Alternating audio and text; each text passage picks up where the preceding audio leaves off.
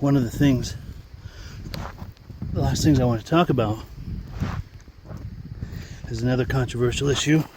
Sorry, I'm scooching here, trying to get comfortable. All right, I think I'm sufficiently scooched. No. There, now I'm sufficiently scooched. All right. And that topic would be the Second Amendment. My nearest and dearest and most passionate social, political issue of them all. After the burial yesterday, we went to a restaurant. We're all sitting there, had a nice meal and visiting, having a good old time. And there were, I don't know, maybe a third of the people there I knew, and the rest I didn't. And there's a gentleman sitting to my right, and chatted with him a little bit. He's a pretty cool guy. And chatted with everyone else too, but as he got up to leave, and he kind of got out of his chair, turned around, everyone could see that he had a firearm in his waistband in the back of his pants, much like this one, but smaller. Now, there was mixed reactions to that after he left, and that's what's very much of interest to me and is indicative of the divide that we have on that issue in this culture, in this society, and how wide that chasm is. Some of the reactions were, "What the hell, man, he's got a gun." And others were, and including my reaction, as well, this is the safest corner of the restaurant. If someone were to come in here with bad intentions, there's someone here with a firearm that would be able to stop them. Now, some of the other comments were, what if he were to get into an argument? Would he pull that gun? Well, I would hope not, because that would be highly illegal. If you do your research on gun laws, it's highly illegal to use a firearm to leverage an argument. And under the presumption that he's a law-abiding gun owner, that wouldn't be a law-abiding activity. Now, if he was a criminal, he already would have done something. He would have held us up or done, whatever it is he was going to do. So I enjoyed talking with him. He didn't seem unstable. He didn't seem, he didn't set my alarms off as far as whatever might freak me out, and I freak pretty easy. So it's clear to me that he was a law-abiding gun owner. But in this society, there's so much hysteria right now on that issue that no one's making that distinction between law-abiding gun owners and violent criminals who criminally misuse firearms. And there's a difference between lawful use and criminal misuse. There's also a massive perception gap on it. A lot of folks have grown up maybe in the urban areas or suburban areas and never seen a firearm or knowingly known a gun owner. I'm sure they've known gun owners, but a lot of us are pretty low-key about it, so they may not know that they know gun owners. So it's understandable that they don't understand that there's a freak-out factor over that. I totally get that. But at the same time, there's another perception in this country, much like myself. You can see I haven't lived in this area all my life, but I grew up around here. Safe to say this is a very rural area. This is the most rural county in one of the most rural states in the country, Vermont, the Northeast Kingdom of Vermont. My father was in law enforcement. We had firearms in the house. He had the infinite wisdom to show my brother and I how to use firearms in a safe, responsible, lawful way when we were very young. And I'm proud of him for doing that. It's an honorable thing, in my opinion, to be a lawful firearms owner. And I'm glad that I know how to use them safely, responsibly, and lawfully.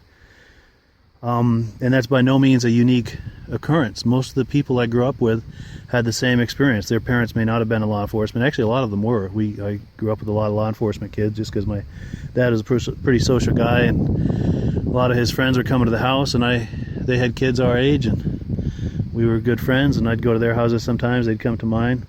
But and I may put up some images of there's a few birthday parties where you look at the pictures and more than half the kids there are law enforcement kids. It's pretty funny. I'll probably pop those up on the screen here in post editing. But there were plenty of kids also who were not law enforcement kids. Their parents did any number of different professions in the area. But hunting and target shooting and firearms ownership, lawful firearms ownership was a very, very common thing. There's more people in a rural area like this that do it than don't do it. It's a very common thing. And if you grew up with that, firearms are no big deal. Criminal misuse of firearms is a massive deal. And until you separate the two, it is a diversity issue, and it is bigotry to not make that distinction.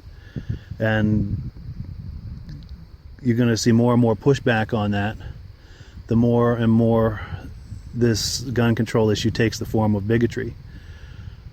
Never going to get any traction with that unless you make it about criminals, like one of my heroes, Wayne Lapierre, the executive vice president of the NRA, no relation by the way, said a while back, it's the criminals, stupid. It's not the law-abiding gun owners. Keep squeezing the gun owners, you're going to keep losing elections. But if you make it about criminals, we can all work together. There's a lot we can do. And I'll give you a couple of quick examples of that, and I want to get back on the topic of concealed carry, or lawful carry. Lawful open or concealed carry. Here's what we can do. It's about the prohibited people and prohibited activities and behaviors. Now, people say, we just work with the existing laws. And I agree with that, but it's only recently you're starting to hear, well, what that really means. And what that really means to my mind, I'll give you a couple of examples. There were many, but the sentencing guidelines, if you commit a crime with a firearm, if you have a firearm on your person, or if you're a prohibited person carrying a firearm, sentencing guideline for all of those things are up to 10 years. Federal prison, club fed, if you will. That's pretty serious consequences. Also, if you do a straw purchase, let's say I'm a prohibited person, I know that I won't pass a background check. So if go to my friend who I know will pass a background check, they say, here dude, here's some money, go buy me XYZ firearm, and then on my behalf. That's a straw purchase. If in that instance, my friend who does the purchase, he's looking at up to about 5 years, I think, in sentencing guidelines, club fed again. I'm looking at even more because I'm a prohibited person who went through a subterfuge to buy a firearm. So I'm looking at massive sentencing potential, and that's exactly what it is today, is potential. We're not using those guidelines. The judges are not using those guidelines. They're letting people off light. Now, if we made a marketing campaign that said, all right, we're going to make some changes. If you are a prohibited person, either carrying in possession of a firearm or using one in the commission of a crime or a straw purchase, we're going to use the maximum sentencing guidelines available to us. That would send a message to criminals that would make a positive difference to them, because we've got the sentencing guidelines, but the sentencing isn't happening. So the criminals are more afraid of fellow criminals with firearms than they are of law enforcement. And that's not right.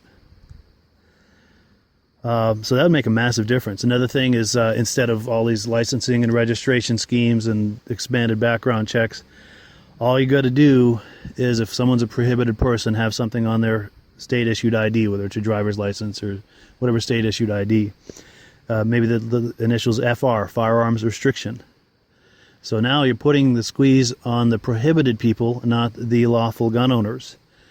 So if someone gets stopped, a traffic stop or whatever reason, they have to show an ID to a law enforcement officer, that officer sees FR on there, they can start asking, well, do you have a firearm in the vehicle? Do you, asking them these kind of questions. And I don't know if that, at what point that becomes probable cause. I understand some of this law enforcement stuff. You get into a Fourth Amendment issue here, but there is protocol for that on what you can and can't do, and they certainly, in my opinion, have a right to explore that. And if someone doesn't have an FR on their license, you got no business asking about firearms. Firearms are not to be treated as contraband. They're lawfully owned items that people use for self-defense. Couple of quick things. Expanded background checks. That's a bunch of bullshit. And I'll tell you why. Think about this very carefully. What is the plan for making lawless criminals comply with the background checks? Think about that. What is the plan for making lawless criminals comply with the background checks? There's no plan. It's not going to happen. So it's a complete waste of time, and it burdens lawful gun owners unnecessarily and unconstitutionally. It's just a bunch of bullshit. If you get a criminal who wants a firearm, they'll just go to another criminal who has a firearm, they'll agree on a price, and the transaction will happen. They're going to laugh at the notion of a background check. It's just not going to happen. The criminals may be idiots, but they're not stupid. If they know that they can't pass a background check, they're not going to do it. Now, what the existing background checks do is keep criminals out of stores and out of gun shows, for the most part. Because you can't walk into a store and buy a firearm, new or used, without a background check, passing a background check. And so there are already checks and balances in there. So the notion of expanded background checks is not going to work. Also, the other problem with that is you're expanding a flawed system, the NICS system, NICS, Instant Background, pardon me, I think it stands for something like National Instant Criminal Check System. I don't know. But it's an instant background check system. Now, the problems with that system, and this is something I would think we would all agree on, is that there's a lot of people in that database who should not be in that database, who get denied lawful. These are lawful people who get denied purchases because of either clerical error, how it was entered, or maybe a junior or senior, or just another guy with the same name who has a background, who has a criminal offense on their background. The other side of that is you get people who are prohibited, people who are not in the database. That's even more dangerous. So you really want to make a difference. We got to fix the NICS system, and there's a website, fixnics.com. I think it's fixnics.com. That's something we could all, I would imagine, agree on and press to make improvements with.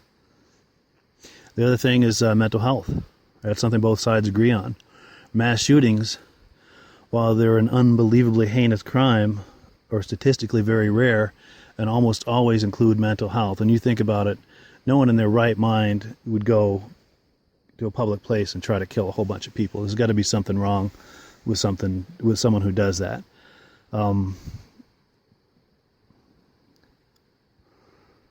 Yeah, I look at it as an extreme suicide, because this is someone who's decided to commit suicide and they want to do as much damage as they can on the way out. And this is someone who has a real or imagined grievance, and isn't quite right in some way. And I don't mean that in an insulting way, but it just is what it is. Something isn't functioning properly. And we've all experienced things. I remember in high school I experienced teasing and bullying and different things like that, and it was very, very difficult to deal with, and it was very damaging. I didn't have some of the social skills I would have liked to have had to deal with those situations. But thankfully I wasn't mentally ill and was able to put that behind me, and it never occurred to me to go shoot up the school or try to shoot anybody up that I felt had wronged me. But there are people, I've known people growing up in adult life who are a little bit off, and I think have a harder time reconciling some of those things. And I think those are the people we need to try to be more compassionate toward. And this is ultimately, mass shootings ultimately are about how we treat each other. That's what it's about. There's not a person alive that doesn't have room to be more compassionate. We all need to take a long, hard look in the mirror at the way we look at the way we deal with people and talk to people and treat people. And there's not a one of us that doesn't have room for improvement in that area. You want to make a big difference in mass shootings, that's how we're going to do it, is being more compassionate, not cracking down on innocent people. That's just not the answer. And back to lawful carry, concealed carry, open carry. States like Vermont, where I'm sitting, and other states where I've lived, Arizona, they have what they call constitutional carry, where you can carry open or concealed, and the Second Amendment is your gun permit. And I'm fine with that. I've got no problem with that whatsoever. Because Vermont has one of the lowest crime rates in the country and one of the highest gun ownership per capita. That didn't come out right, but you know what I'm saying. Highest rates of gun ownership per capita in the country and one of the lowest crime rates. So the two are not intertwingled. I heard a guy say that one time. I knew exactly what he meant, even though that's not a word, but I thought that was a funny word, intertwingled. So the two are not intertwingled. So, and likewise with Arizona, there's certainly crime in Arizona. I'd be lying if I try to paint a picture otherwise. But you look at cities like Chicago and D.C. that have strict gun control, it doesn't even begin to compare. And people, let's look at a few quick numbers. In 2013, people were quoting numbers from 2013 saying there were 32,000 gun deaths per year, and using that as a number to leverage a gun control agenda. Well, 60% of those 32,000 people were suicides. But no one's talking about suicide prevention. And just for a lark, I looked at that same year at suicide, the numbers for suicide, and that represented about half the suicides. So the availability of a gun isn't why people are committing suicide. They're finding other ways. So that makes for a pretty limp argument. Now you're looking at the rest of the numbers. There are justifiable homicides, there are accidents, and then there are homicides. Justifiable homicides were pretty low. I think it was under 1,000. Accidents were as well. So those numbers are pretty low, and at historic lows. The big number we should be worried about is homicides. Now 80% of homicides are gang related. No one's talking about gangs. Why aren't we talking about gangs? I know why we're not talking about it, and you know why we're not too. No one wants to get into the whole racial thing. And I'm not a racist. I got no problem with any race. But no matter what race you are, you're equally accountable if you're doing criminal activity. You're just as accountable as anyone else. With equal rights comes equal accountability. That doesn't pass the bullshit test as far as I'm concerned. If you're mixed up in crime, I don't care what your race is, you're equally accountable. That's bullshit. I'm not buying that. Also, while we're talking about the numbers, we talked about the 32,000 number from 2013. The other side of that the media and most anti-gunners don't want to look at is that between 500,000 and 3 million. How do I word this? Firearms are used between 500,000 and 3 million times a year to stop a crime. That trumps any 32,000 number. Most situations is not even shots fired, because most situations all you have to do is point a gun at a criminal, and they, like I said, criminals may be idiots, they're not stupid. They're going to turn tail and run like the cowards they are at the sight of a gun. So when you think of how many rapes and robberies and carjackings have been stopped every year by lawful carriers of firearms, and home invasions that have been stopped.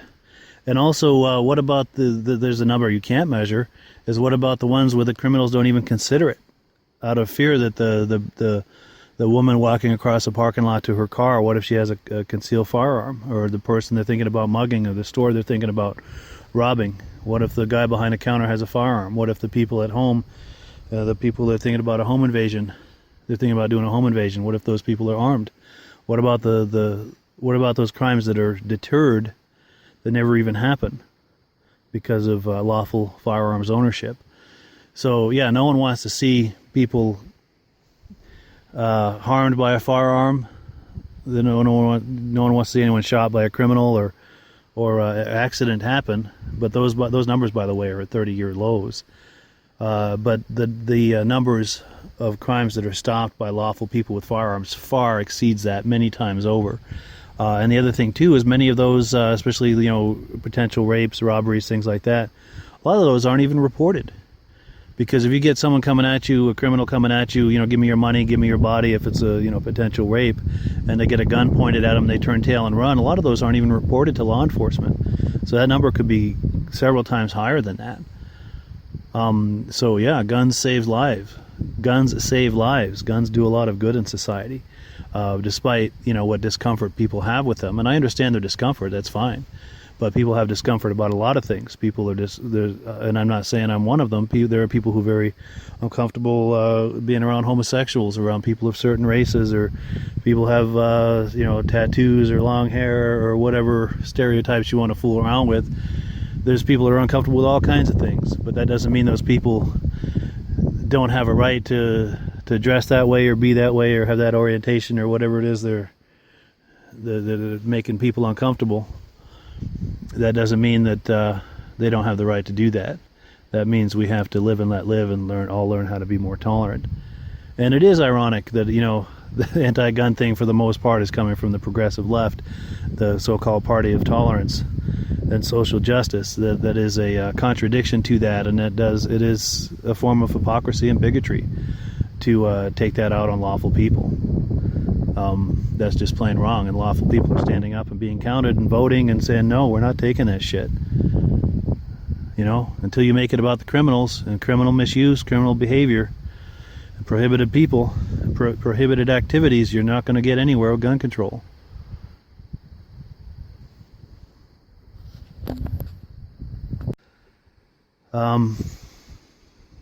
Lastly, I think, getting back to the situation in the restaurant yesterday, there were perceptions that was scary, that guy was carrying a firearm, and for some it was comforting and assuring. For me, it was comforting and assuring that if someone would come in there and give us a hassle, that he would be able to protect us all and save the day. And I've heard people on the anti-gun say, well, what do you need a gun in a store for? What do you need a gun in a supermarket or a Walmart or in a restaurant or in a church? Well, you saying that violent crimes have never happened in those places? What about that Charleston shooting? People have say, oh, you don't need a gun in church, what the hell? Well, that's the mass shooting that happened in a church.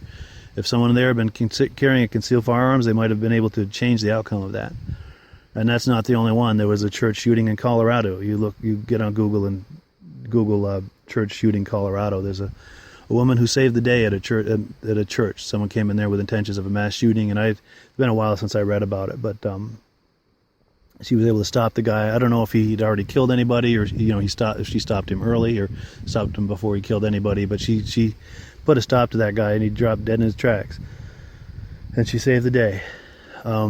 And there were a few other instances as well, and violent crimes, assaults and robberies and things happen in stores and in restaurants and in the parking lots and on the way to and from, and people getting in and out of their cars. Law-abiding citizens should have a right to carry a firearm anywhere they go, because you never know when or where something like that can happen. Are the odds low? Sure, but it could happen. Look at the statistics for rape and robbery and gay bashing and all of that. It happens. It happens every day. Carjacking, home invasions. If you're for gun control, you're saying that people in those situations don't have a right to defend themselves. And I'm not okay with that. I have a right to defend myself. People say, what about my right not to get shot? What about your right not to get shot? It already exists. It already exists. Concealed or open carry does not compromise that or threaten that in any way, shape, or form. It's already against the law to shoot somebody. It's already against the law to shoot somebody in anything but a defensive situation. In a defensive situation, your life has to be in immediate physical danger. It's against the law to use a firearm to leverage an argument. You can't shoot somebody because you don't like their jacket or their hair or their perceived religion or sexual orientation or whatever it is you don't like about them. You have a right to not like someone, but you don't have a right to shoot someone. So that your right to not get shot already exists. That's criminal misuse of a firearm. That couldn't be any more against the law. So the right of lawful people to defend themselves against violent criminals trumps your irrational fear of law-abiding gun owners. And I'm going to leave it there, because that pretty much says it all. Thanks for viewing. I know we've covered some controversial stuff. Appreciate it if you're still with me. If you like it, if you dislike it, or or if you disagree, or if it resonates or doesn't resonate, please leave comments, thoughts. I'd love to hear it. Thanks, and enjoy your day.